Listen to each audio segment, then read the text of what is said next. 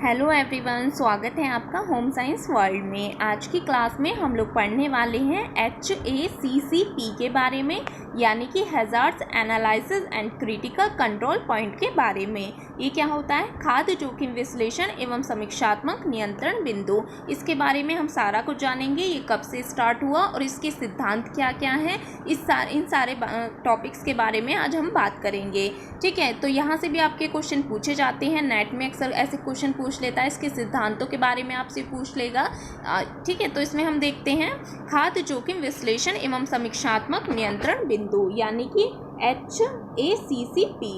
ये क्या होता है? Hazards analysis and critical control point. अब इसके बारे में हम बात करते हैं, ये होता क्या है। तो देखिए, संपूर्ण भोजन वितरण श्रृंखला को जीवाणुओं, रासायनिक और भौतिक खतरों से बचाव की तकनीक को खाद्य जोखिम विश्लेषण एवं उनके समीक्षात्मक नियंत्रण बिंदु कहते हैं। यानी जो भी भोज्य पदार्थ हैं उसके वितरण श्रृंखला जो होती है, उसमें जीवाणु जो होते हैं, रासायनिक भौतिक खतरे, इनसे बचाव के लिए जो तकनीक अपनाई गई है उसे हम क्या कहते हैं? Hazards analysis and critical control point नियंत्रण बिंदु उसको कहते हैं। ये जो तकनीक है विश्व स्तर पर मान्य है। ठीक है, यहाँ पर आप मान्य कर लीजिएगा, मान्य है। इस तकनीक के अंतर्गत खाद्य संदूषण को वैज्ञानिक रूप से पहचानना, उसके नियंत्रण हेतु मानक तैयार करना, उनकी सीमाओं का निर्धारण करना और उन मांगों को उपयुक्तता जांच और निगरानी करने के लिए भेजना। ठीक है, तो इसकी ये जो तकनीक है विश्व स्तर पर मान्य है। इसमें क्या क्या किया जाता है? जो भी इस तकनीक के अंतर्गत जो भी खाद्य संदूषण वैज्ञानिक रूप से पहचाना जाते हैं, जो भी भोज्य पदार्थ है, यदि वो दूषित हो गया है या उसमें कोई कमी है तो उसको एक वैज्ञानिक रूप से पहचाना जाता है। उसके क्या क्या नियंत्रण उसमें हम कर सकते हैं, उसके मानक तैयार किए जाते हैं और उनकी सीमाओं का निर्धारण इसमें किया जाता है। जांच की जाती है, जो भी खाना है उसकी, ठीक है, भोज्य पदार्थ है उसकी जांच की जाती है। तो ये सभी इसके अंतर्गत आता है। अब आगे बात करते हैं, यदि इसमें तो सभी प्रकार के खाद्य उत्पादकों का इसमें प्रयोग किया जाता है। यह तकनीक जो होती है फल, सब्जी, डेयरी उत्पाद, मछली, बेकरी, मीट, मसाला, दाल, होटलों और फास्ट फूड आदि में इसका प्रयोग किया जाता है। वहाँ पर भी निगरानी की जाती है, नियंत्रण हेतु मानक तैयार किए जाते हैं, सभी प्रोडक्ट पर ये की जाती है। ये जो HACCP है, ये प्रभावी रूप से लागू करने में कोई भी कंपनी अपने उत्पादों को सुरक्षित बना सकती है और अपनी ब्रांड को बढ़ावा दे सकती है, क्योंकि किसी भी उत्पाद की जो ब्रांड है वह इमेज उसकी गुणवत्ता में ही निहित होती है। इस प्रकार कोई भी उपभोक्ता उपभोक्ता के विश्वास में भी वृद्धि हो सकती है यदि उस पर टैग लगा हुआ हो और वो HACCP के अंतर्गत आते हो फूड प्रोडक्ट, तो इससे क्या होगा? उनकी ब्रांड को भी बढ़ावा मिलेगा और कंपनी अपने उत्पादों को सुरक्षित बना सकती है। इसका प्रयोग हमने देख लिया, जो खाद्य पदार्थ है इस पर इनका प्रयोग होता है। दालें हो गई या फल सब्जियां हो गई, डेयरी उत्पाद हो गए, इन सभी में इसका प्रयोग किया जाता है। आगे बात करते हैं, ये जो HACCP है ये आया कब था? तो सर्वप्रथम इसका परिचय जो हुआ था 1960 के दशक में USA में हुआ था। कभी भी आपसे ऐसा क्वेश्चन पूछा जा सकता है, क्योंकि ये आपके सिलेबस में है। तो अभी तक तो जो क्वेश्चन बना है वो सिर्फ इसके प्रिंसिपल्स पूछे गए हैं, या फिर डेफिनेशन या फिर आपसे फुल फॉर्म इसकी पूछ सकता है कि HACCP होता क्या है। लेकिन आपको इसके साथ साथ याद रखना है कि सर्वप्रथम ये आया कब था?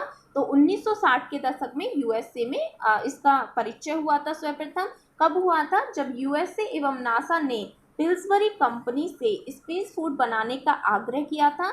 तभी से HACCP विश्व स्तर पर खाद्य पदार्थों का निरीक्षण, खाद्य सुरक्षा और प्रसंस्करण प्रणाली तथा विज्ञान आधारित तकनीकों के माध्यम से खाद्य संदूषण पर नियंत्रण करने वाली मानक संस्था के रूप में जाना जाता है।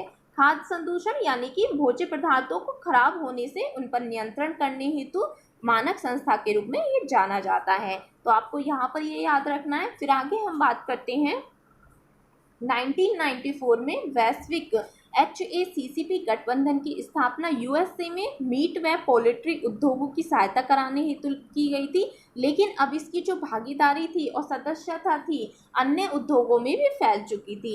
आया कब था यदि आपसे पूछा जाए तो 1960 के दशक में USA में आया था, लेकिन जो देश विदेश में भागीदारी हुई उद्योगों में ये फैला तो ये 1994 के आसपास ये सब हुआ। ठीक है, फिर आगे बात करते हैं इसके सिद्धांतों के बारे में, जो कि बहुत ही महत्वपूर्ण हो जाते हैं सिद्धांत, क्योंकि यहाँ से आपके क्वेश्चन पूछे जाते हैं। अब ये जो HACCP है, इसके बारे में एक और बात है कि वर्तमान में इसका जो प्रयोग है वे केवल खाद्य पदार्थों के संरक्षण एवं नियमन के क्षेत्र में प्रयोग हो रहा है, लेकिन इसका जो प्रयोग है वह सौंदर्य प्रसाधनों एवं औषधि निर्माण के क्षेत्र में भी ये जो HACCP है, ये निर्धारित मानक एवं प्रक्रिया प्रयोग इसकी की जा रही है, वहाँ पर भी इसके मानक तैयार किए जाते हैं। यानी जो सौंदर्य प्रसाधन है, औषधि निर्माण है, वहाँ पर भी HACCP के अंतर्गत मानक तैयार किए जाते हैं। इसका उद्देश्य क्या होता है? HACCP जो है, तो इसका उद्देश्य है कि भोज्य पदार्थों की गुणवत्ता और उसकी गुणवत्ता पर नियंत्रण करना, ये सब जो है इसके उद्देश्य होते हैं। जो भी भोज्य पदार्थ जहाँ से होकर जाता है तो उस पर नियंत्रण करना, जिससे कि वो जो फूड प्रोडक्ट है वो खराब ना हो। अब इसके लिए सिद्धांत बताए गए हैं। पहले ये सिद्धांत प्रारंभ में 3 सिद्धांत ही थे, लेकिन अभी इनकी संख्या जो है 7 हो गई है। यदि आपसे कभी क्वेश्चन पूछ ले कि HACCP के जो प्रिंसिपल्स हैं या सिद्धांत हैं वो कितने हैं, तो संख्या में 7 हैं। ठीक है, यहाँ से आपके UGC नेट में क्वेश्चन पूछा जा चुका है, वहाँ पर ऑप्शन में ये थे सारे, और 1-2 और कुछ ऐड कर दिया था, तो पूछ लिया था कौन कौन से HACCP के अंतर्गत आते हैं, तो आपको बताने थे। तो यहाँ पर इनको एक बार आप देख लीजिएगा, याद हो जाएगा आपको। ठीक है, यहाँ पर है पहला, खाद्य संदूषण के खतरों का विश्लेषण करना। ठीक है, अब यह जोखिम जैविक, रासायनिक और भौतिक किसी भी प्रकृति का हो सकता है, जो कि मानव उपयोग के लिए भोजन को अनुपयुक्त बनाता है। यानी जो खाद्य संदूषण है वो किसी भी तरीके का इसमें हो सकता है, रासायनिक भी परिवर्तन हो सकते हैं, भौतिक भी परिवर्तन इसमें हो सकते हैं, जो कि मानव के स्वास्थ्य पर इफेक्ट डाल सकते हैं। दूसरा है महत्वपूर्ण नियंत्रण बिंदुओं को पहचानना। अब इसके अंतर्गत क्या आता है? जो खाद्य निर्माण प्रक्रिया है, उसके खाद्य निर्माण प्रक्रिया के समय प्रयोग किए जाने वाले बिंदु चिन्हित करना, जिन पर खाद्य संदूषण के खतरे को कम किया जा सके।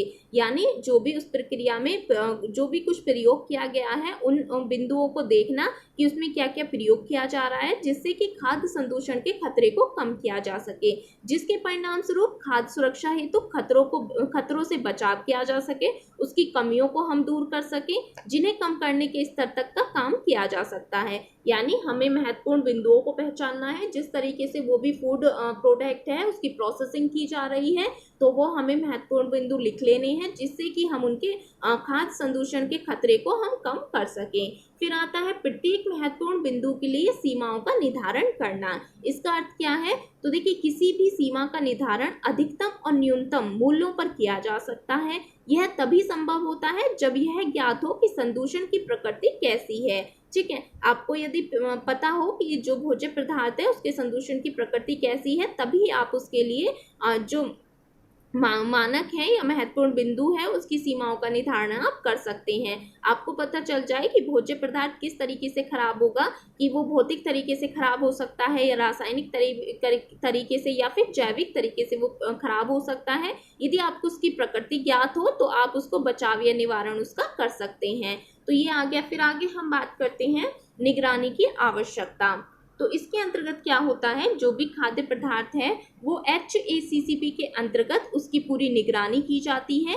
जब भी खाद्य प्रसंस्करण की प्रक्रिया की जाती है, यानी फूड प्रोसेसिंग की प्रक्रिया होती है, तब निगरानी की जाती है HACCP के अंतर्गत, क्योंकि समीक्षात्मक दृष्टिकोण के बिना खाद्य पदार्थों की उपयुक्तता को मापना संभव नहीं हो पाता। यदि आपको पता ही नहीं है कि उसकी प्रोसेसिंग में क्या क्या यूज़ किया गया है, उसकी प्रोसेसिंग कैसे हुई है फूड प्रोडक्ट की, तब आप उसके बिना क्या करेंगे, उसका मापन नहीं कर पाएंगे। ठीक है, इस माध्यम से ज्ञात हो जाता है कि इसकी स्थिति में नियंत्रण है या नहीं, यानी कि आप उस पर नियंत्रण कर सकते हैं उसके खराब होने का या फिर नहीं कर सकते हैं। फिर बात करता है उपयुक्त कार्यवाही की स्थापना। इसके अंतर्गत क्या आता है? तो यह कार्यवाही तभी की जाती है जब निगरानी से ज्ञात हो कि महत्वपूर्ण बिंदुओं की सीमा में कोई कमी तो नहीं रह गई है। यदि क्रिटिकल सीमाओं का पालन नहीं हुआ है तो प्लांट को फाइनल HACCP प्लान की जरूरत पड़ती है। यानी यदि आपने निगरानी कर ली है फूड प्रोडक्ट की, जो भी प्रोसेसिंग की गई थी किसी भी फूड प्रोडक्ट की, यदि आपने निगरानी की है, तभी आप उसके लिए कोई मतलब कार्यवाही कर सकते हैं। ठीक है, आपको पता है कि किस किस तरीके से वो फूड प्रोडक्ट तैयार हुआ, तो यदि वह खराब हो गया है या कुछ भी हो गया है तो आप उसकी जो भी सीमा में कमी रह गई है तो उसके महत्वपूर्ण बिंदुओं पर आप कार्यवाही कर सकते हैं। ठीक है, फिर हम बात करते हैं HACCP प्रणाली की कार्यवाही की जांच प्रक्रिया व स्थापना। इसके अंतर्गत क्या आता है, तो इसके अंतर्गत प्लांट में सुरक्षित खाद्य उत्पाद बनाने के लिए योजना बनाई जाती है। प्लांट को एक मान्य HACCP प्लान की आवश्यकता होती है। इसका प्रबंध किसी भी योजना को अग्रिम रूप से मंजूर नहीं करता है, बल्कि उसकी रिव्यू करता है। ठीक है, जो भी आपका फूड प्रोडक्ट है उसमें योजना की समीक्षा करना, ठीक है, और रिकॉर्ड बनाना, क्रिटिकल सीमाओं का निर्धारण करना, सूक्ष्म जीवियों की सैंपलिंग और निरीक्षण करना, ये सब इसके अंतर्गत आता है। फिर बात करते हैं प्रलेख रखने की प्रक्रिया की स्थापना, यानी जो HACCP है इसकी प्रक्रिया को नियंत्रित करना एक आवश्यक कार्य होता है। जो भी कागजात हैं उनका लेखा रखना, जो भी आपने बिंदु लिखे थे, जो भी क्रिटिकल बिंदु या सीमाओं का निर्धारण जो भी आपने तैयार किया है उनको कागजातों पर लिख कर रखना, उनकी योजना बनाना, प्रारूप लिखना। ठीक है, ये सब क्या है, CCP के नियंत्रण का प्रलेख है। ठीक है, क्रिटिकल सीमाओं का निर्धारण प्रक्रिया उसमें होनी चाहिए, पूरा ब्यौरा उसमें लिखा होना चाहिए। तो ये सब क्या है, प्रलेख रखने की प्रक्रिया की स्थापना होती है। तो ये 7 बिंदु थे जो कि सिद्धांत कहलाते हैं HACCP के। तो ये आप देख लीजिएगा कौन कौन से हैं। खास संदूषण के खतरों का विश्लेषण करना, महत्वपूर्ण बिंदुओं को पहचानना, प्रत्येक महत्वपूर्ण बिंदु के लिए सीमाओं का निर्धारण करना, निगरानी की आवश्यकता, उपयुक्त कार्यवाही की स्थापना, HACCP प्रणाली की कार्यवाही की जांच प्रक्रिया एवं स्थापना, प्रलेख रखने की स्थापना। तो ये सब आप देख लीजिएगा। बाकी इसमें आपको क्या याद रखना है कि इसकी फुल फॉर्म आप देख लीजिएगा क्या होती है, hazards analysis and critical control point. Hindi में भी आप देख लीजिएगा एक बार। और ये आया कब था, तो ये 1960 के दशक में USA में सर्वप्रथम इसका परिचय हुआ था, और वैश्विक तरीके से देखा जाए तो 1994 में ये आया था। ठीक है, तो ये आपने देख लिया। अगर इसमें किसी को कोई डाउट हो तो आप कमेंट सेक्शन में लिख दीजिएगा। प्लीज़ चैनल को भी आप लोग सब्सक्राइब कर दिया करें ज़्यादा से ज़्यादा। Thank you.